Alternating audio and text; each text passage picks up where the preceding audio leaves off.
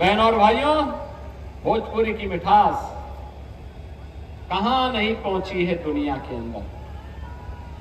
दुनिया के बंजर द्वीपों को भी उपजाऊ बनाने का काम किया है हमारे भोजपुरिया लोगों ने। जहां कहीं भी भोजपुरिया संस्कृति गई, भोजपुरी संस्कृति गई, उस क्षेत्र को उपजाऊ बनाने का काम किया है। और बहनों और भाइयों, बिहार की धरती तो मैथिली और भोजपुरी छठ गीतों के माध्यम से वैश्विक पहचान दिलाने वाली शारदा सिन्हा की भी पावन धरा है। शारदा सिन्हा को पद्म पुरस्कार मोदी जी ने ही दिया है। मोदी जी की एनडीए की सरकार ने ही दिया है। कल मैं देख रहा था बिहार के अंदर, अभिनंदनीय है, 65% मतदान बिहार की धरती में, बिहार के नौजवानों के द्वारा। स्पष्ट रुझान है कि फिर एक बार जब 14 नवंबर को जब यहां की ईवीएम खुलेंगी तो फिर साकार होगा कि फिर एक बार एनडीए सरकार, फिर एक बार एनडीए सरकार, एनडीए सरकार के लिए ही विनय बिहारी के समर्थन में आपसे अपील करने के लिए मैं आपके बीच आया हूं। बहनों और भाइयों, आपने बिहार के जंगल राज को देखा होगा।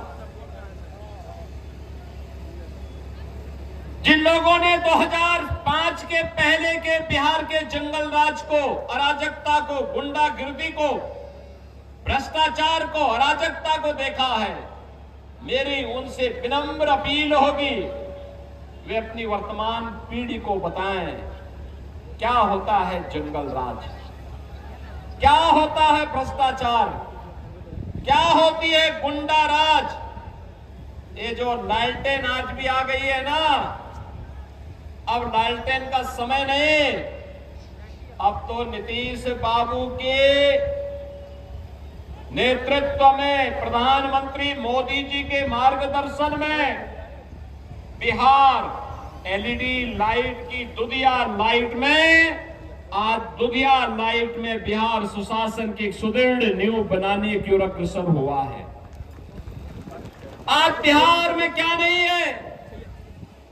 आज बिहार में सड़क है, बिहार में बिजली है, बिहार में पानी है, बिहार में अन्नदाता किसानों को प्रधानमंत्री किसान सम्मान निधि का लाभ है। आज बिहार के अंदर मेडिकल कॉलेजेज हैं, आज बिहार के अंदर इंजीनियरिंग कॉलेजेज हैं, नौजवानों के लिए एनआईटी, आईआईटी, एम्स, ये सब कुछ तो मेडिकल आज यहां पे आपके बिहार के अंदर है।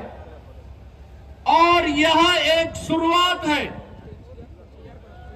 पिछले 20 वर्ष आरजेडी और कांग्रेस के पापों के गड्ढों को भरने में, बिहार की अराजकता को नियंत्रित करने में, बिहार के अंदर जो भ्रष्टाचार था उसको नियंत्रित करने और सुशासन की आधारशिला को सुदृढ़ करने में लगाया। लेकिन अब इसमें एक समृद्ध बिहार की नींव को और पुख्ता करने के लिए बिहार आगे बढ़ चुका है और इसके लिए एनडीए की सरकार फिर से बिहार के अंदर आवश्यक है। बहनों और भाइयों, हम सबको भूलना नहीं चाहिए, आज जो मोदी जी ने पिछले 11 वर्ष के अंदर करके दिखाया भारत के अंदर, आपने देखा होगा 80 करोड़ लोगों को फ्री में राशन की सुविधा का लाभ, 50 करोड़ गरीबों को 5 लाख रुपए की प्रतिवर्ष स्वास्थ्य बीमा का लाभ, 46 करोड़ गरीबों के बैंक में खाते, 12 करोड़ किसानों को किसान सम्मान निधि का लाभ, 12 करोड़ गरीबों के घर में शौचालय, 10 करोड़ गरीबों के घर में रसोई गैस का सिलेंडर। याद करना, यही सिलेंडर कांग्रेस की सरकार के के समय में, कांग्रेस की सरकार के समय में 50,000 रुपए में फ्लैट होता था, मोदी जी ने फ्री में दिया।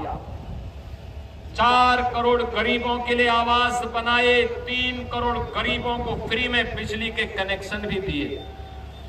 बहन और भाइयों, आरजेडी के लोग तो लालटेन लेकर के आते थे, केरोसिन बेच देते थे, अंधेरा होता था फिर डकैती भी डालने का काम करते थे,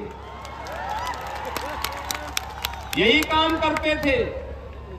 अराजकता पैदा करना इनका जन्मसिद्ध अधिकार था। अब याद करो, जो पशुओं का चारा खा सकते हो वे क्या आपका राशन छोड़ेंगे क्या? आपका राशन छोड़ेंगे क्या? कभी नहीं छोड़ने वाले हैं। ये लोग विकास भी रोक देंगे, गरीबों के कल्याण की योजनाओं को भी रोक देंगे और इनके द्वारा फिर से जंगल राज होगा। कांग्रेस आरजेडी के समय में बिहार के अंदर, बहन और भाइयों, 60 से अधिक जातीय नरसंहार हुए थे। याद करिए, 30,000 से अधिक अपहरण की घटनाएं हुई थी।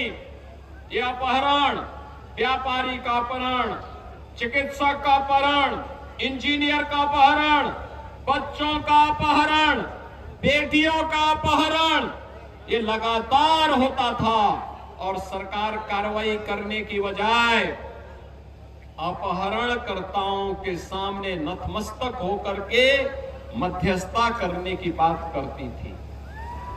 बहनों और भाइयों, ये महागठबंधन में हिम्मत नहीं कि अपराधियों पर जीरो टॉलरेंस की नीति के तहत कार्य कर सके। अपराधी के खिलाफ जीरो टॉलरेंस की नीति के तहत कार्य कैसे होता है? आपने देखा होगा, जब उत्तर प्रदेश में माफिया की छाती को रौंदते हुए बुलडोजर चलता है, गड़गड़ा करके चलता है, कैसे माफिया की चूल्हे हिल जाती है और माफिया की आंका भी थर-थर कांपते हुए दिखाई देते हैं। आज नौजवान मस्त है और माफिया पस्त है। यही कहने के लिए आया हूं, ये क्या एनडीए कर सकता है?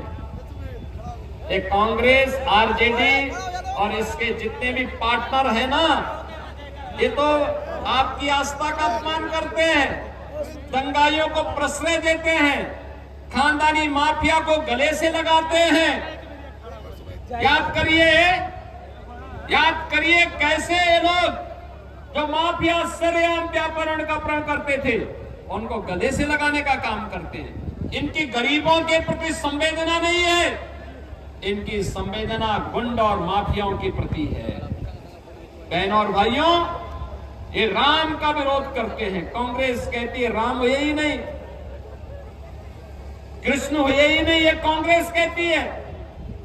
आरजेडी के लोग राम मंदिर का रथ रोकते हैं और मोदी जी के नेतृत्व में जब उत्तर प्रदेश में डबल इंजन की सरकार आई, बहनों और भाइयों, अयोध्या में राम मंदिर का निर्माण हो गया, भव्य राम मंदिर का निर्माण। याद करिए, अयोध्या में राम मंदिर हुआ है, मां जानकी भी वहां पर विराजमान हुई है। महर्षि वाल्मीकि के नाम पर इंटरनेशनल एयरपोर्ट का नामकरण हुआ है। वहां पर रहने के लिए जो रेल बसेरा बने हैं, उनका नामकरण निषाद राज के नाम पर हुआ है। निषाद राज के नाम पर ये हमने किया है। और जहां आपको प्रसाद प्राप्त होता है ना, उसका नाम है माता सबरी रसोई। ये है सामाजिक न्याय, सबको समेटना। और अयोध्या में रामलला का मंदिर, तो सीतामढ़ी में मां जानकी का भी भव्य मंदिर का निर्माण का कार्य है। क्या ये काम कांग्रेस कर पाएगी क्या? नहीं। आरजेडी कर पाएगी क्या? नहीं। उनके सहयोगी कर पाएंगे क्या? बहन और भाइयों, हमें याद रखना होगा, ये लोग बहकाने का काम कर रहे हैं। आप मुझे बताओ, जब इनको सत्ता में 20 वर्ष मौका मिला, 15 वर्ष मौका मिला था, उन 15 वर्षों में इन्होंने बिहार के नौजवानों को ठगने का काम किया था। नौकरी के बहाने उनकी जमीनी हड़प डाली थी, यही तो काम किया था। अपहरण को एक उद्योग बन चुका था, नया उद्योग नहीं लगता था, लेकिन जो उद्योग पहले से था वो तो भागता था, छोड़ करके भाग रहा था, और उद्योग यहां पे अपहरण हो गया था।